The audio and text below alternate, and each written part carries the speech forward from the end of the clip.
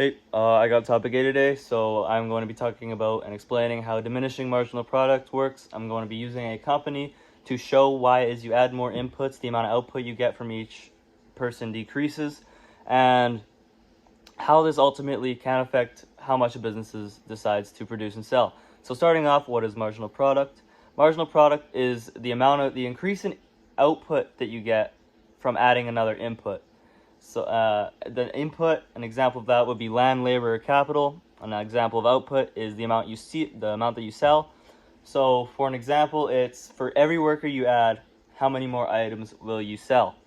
And the thing that I'm explaining is diminishing marginal product. If I pull this graph here, this fancy graph I drew, you can see that diminishing marginal product is the idea that the more workers you add, the less quantity you're going to sell. So on the vertical axis, we have quantity sold. When you add at the start, every worker does a lot, but eventually it flatlines. And using a real life example, which I'm going to be using more going in this video, Coca-Cola.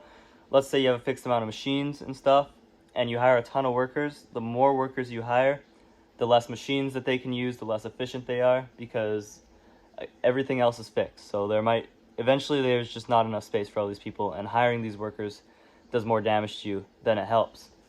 And looking at now, so that's what diminishing is, but if we're going to look at how it helps companies make their ultimate decision of whether they should sell more or not, I have to slam this piece of paper on the screen. So there you go right there. And I have it labeled, so we have the number of workers at the small Coca-Cola factory in Edmonton, we're going to say. The quantity they sell with that amount of workers, their fixed cost, which is the cost of their place per month, the variable cost, the cost to have workers, the total cost, and the marginal cost, which is the cost to produce another can with those many workers. And we'll say they're selling each can of Coca-Cola at $3.50, which is expensive, but they want money.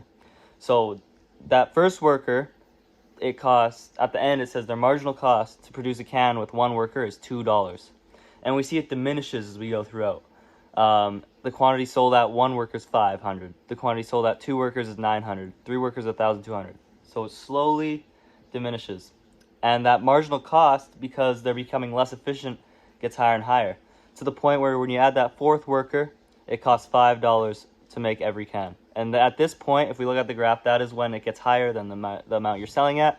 And this is exactly when they choose to stop. So 3 workers maximizes profit for this particular company of Coke that I have spoken of. And yeah, so that's the video. Thanks for watching, and I will never see you again except for in econ class.